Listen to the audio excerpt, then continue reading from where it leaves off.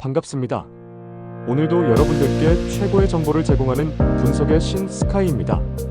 구독과 좋아요는 저에게 큰 힘이 됩니다. 분석 시작 전 구독과 좋아요 한 번씩 눌러주시면 감사하겠습니다. 스포츠 분석방과 분석 최종 조합 픽은 영상의 댓글에 기재해 두었습니다. 그럼 경기 분석 시작하도록 하겠습니다. 첫 번째 경기는 부산 KCC 대 창원 LG입니다. 부산 KCC는 직전 경기 원정에서 창원 LG 상대로 80대 90 패배를 기록했으며 이전 경기 홈에서 안양 정관장 상대로 86대 91 패배를 기록했습니다. 4연패 흐름 속에 캐디 라렌, 최준용, 허웅이 분전했지만 4경기 연속 90점 이상을 실점하는 가운데 수비에서 정돈이 되지 않은 모습이 나타난 경기였고 이승현과 송교창의 경기력이 올라오지 않았던 탓에 골 및 수비에 문제점이 나타났으며 경기가 쉽게 풀리지 않자 무리한 플레이가 많이 나왔죠. 정규 시즌 홈 경기에서는 2연패 흐름 속에 7승 12패 성적입니다.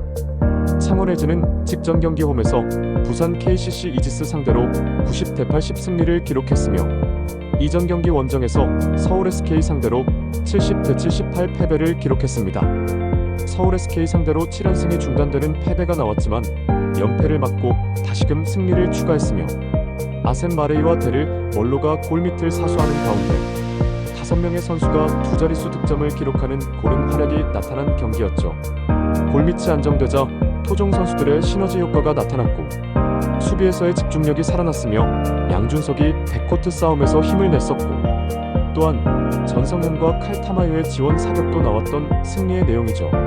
정규 시즌 원정 경기에서는 8승 9패 성적입니다. 홈과 원정을 바꿔서 펼쳐지는 리턴 매치 경기입니다.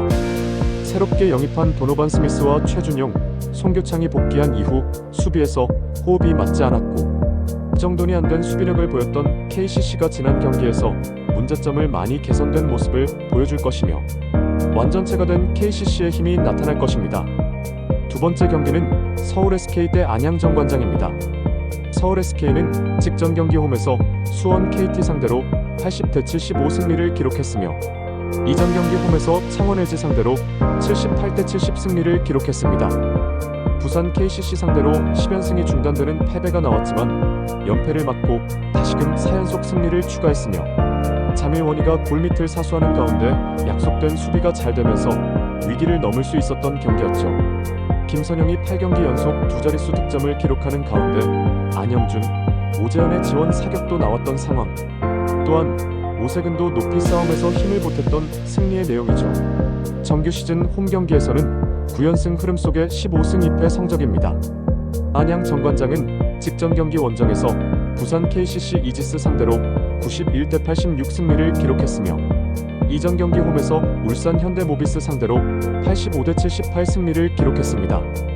5연승 흐름 속에 새롭게 영입한 조니 오브라이언트가 골밑을 사수하는 가운데 디온테 버튼, 박지훈이 승부처를 장악한 경기였고 정효근과 트레이드된 김종규가 부상으로 코트에 나서지 못했지만 한승희를 비롯한 포워드 자원들이 골밑뿐 아니라 외곽에서 적극적인 스크린 플레이도 병행하며 팀 동료들이 골밑 돌파를 할 수 있게 공간을 만들어줬던 상황이며 또한 박지훈이 2대2 이후 동료들의 찬스를 부지런히 만들어줬고 벤치에서 출발한 정준원의 투지 넘치는 플레이도 인상적이었습니다. 정규 시즌 원정 경기에서는 4연승 흐름 속에 6승 12패 성적입니다. 안양 정관장은 새롭게 영입한 조니 오브라이언트가 골밑을 사수하고 디온테 버튼의 득점 창출 능력이 사막의 오아시스 같은 요소가 되어주고 있습니다. 또한 토종 에이스 변준영과 트레이드를 통해서 영입한 김종규도 팀 훈련에 합류 후 복귀를 앞두고 있고 변준영 대신 메인 볼핸들러 역할을 하고 있는 박지훈이 커리어 하이 시즌을 보내고 있죠. 다음날 원정에서 KT를 만나는 일정을 위해서 힘을 분산해야 하는 서울 SK가 됩니다. 마지막 경기는 수원 KT 대 원주 DB입니다. 수원 KT는 직전 경기 원정에서 서울 SK 상대로 75대 80 패배를 기록했으며 이전 경기 원정에서 부산 KCC 상대로 95대 84 승리를 기록했습니다. 4연승이 중단되는 패배가 나왔으며 레이션 해먼즈, 허운과 분전했지만 팀 야투 효율성이 떨어졌고 승부처에 턴오버가 많았던 경기였죠.